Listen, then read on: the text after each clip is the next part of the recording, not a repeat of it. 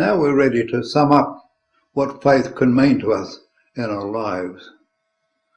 Well, faith, obviously, that makes us alive to the workings of God, salvation history, is far more than just knowing some truths, knowing the answer to the catechism questions. Let's look at some of the insights we can get from the scriptures. If you remember the gospel story, Jesus many times spoke of faith. He praised the faith of those people whom he cures many times. What is that faith? It's not answering catechism questions. It's an openness to the coming of God.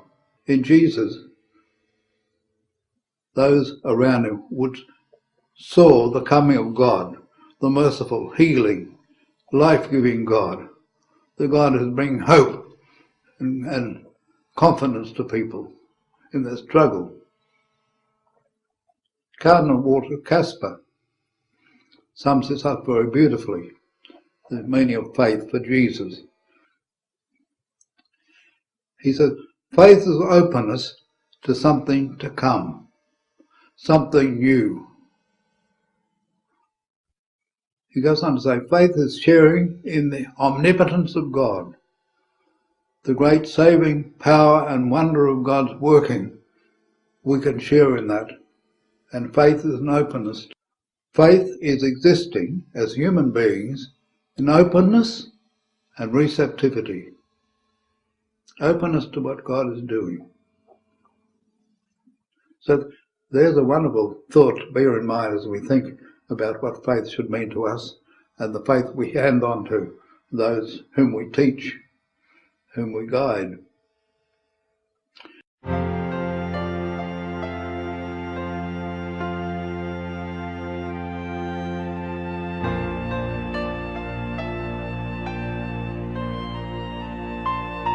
Lucien Cerfaux is one of the great interpreters of St. Paul. And Paul, of course, was a great interpreter of the whole work of Christ's saving action in the Paschal Mystery. Lucien Cerfaux says, summing up what Paul's view was, an action of God's omnipotence is available to us.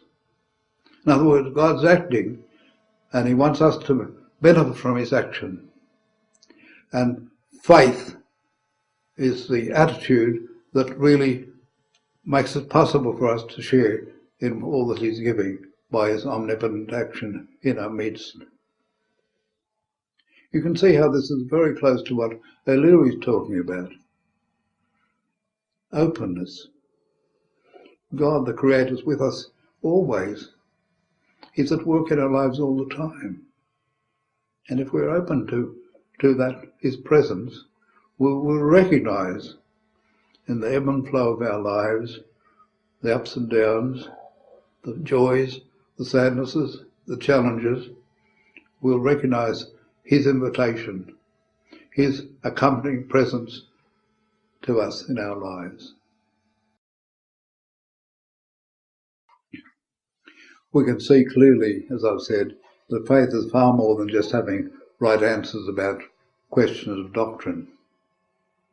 Faith is something that enriches our whole human life. The Constitution on the Church in the Modern World that I've quoted has this challenge statement to make. It is one of the principal challenges and problems of the Church is the split between people's faith and their daily lives. In other words, the Council is calling us to make that link, put our lives in salvation history, situate ourselves in the great ongoing plan of God, and understand what all that means.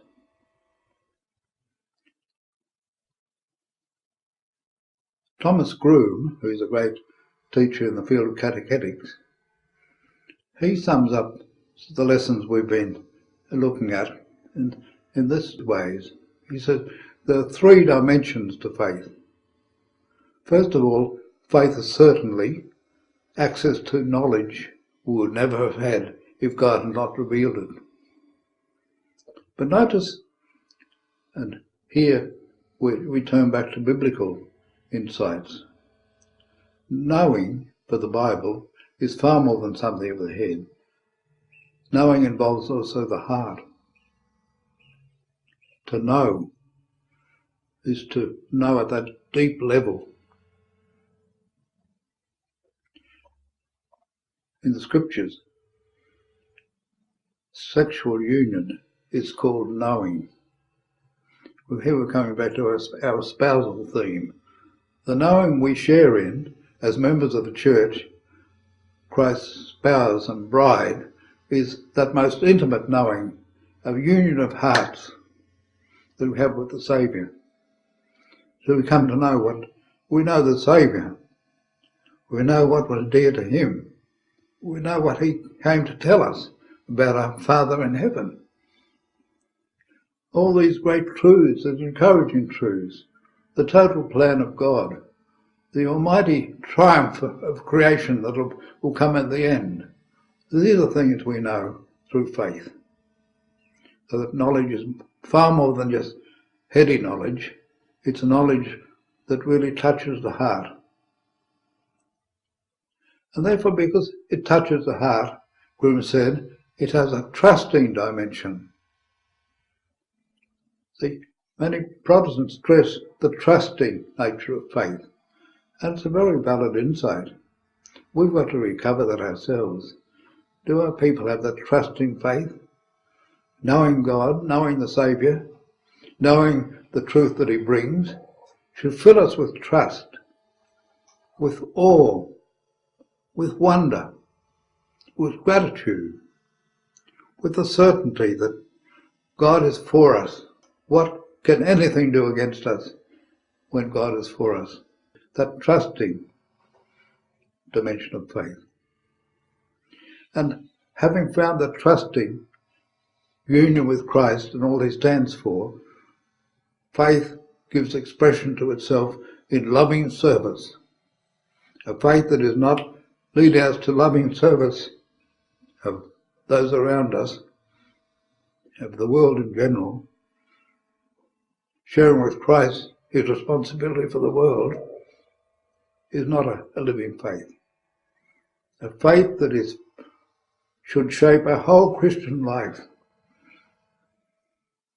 Let me conclude by coming back to salvation history.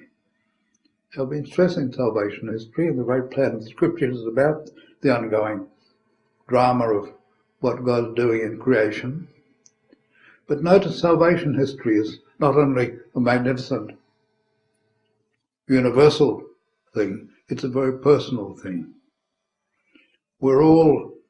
There's a salvation history in the life of each one of us.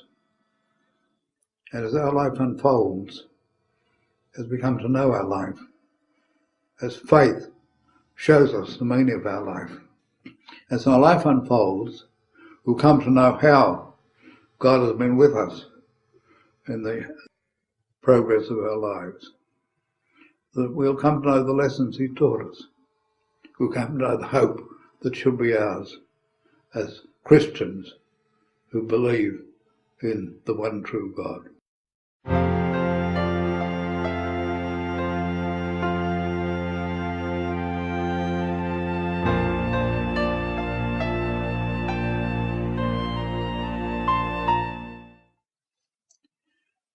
I'd recommend, for those who've been following this presentation, that you go on to our Emmaus Series DVD, Stages of Faith Experience, which help to bring it down to the ordinary grassroots level of our faith experience and how that experience goes through various stages.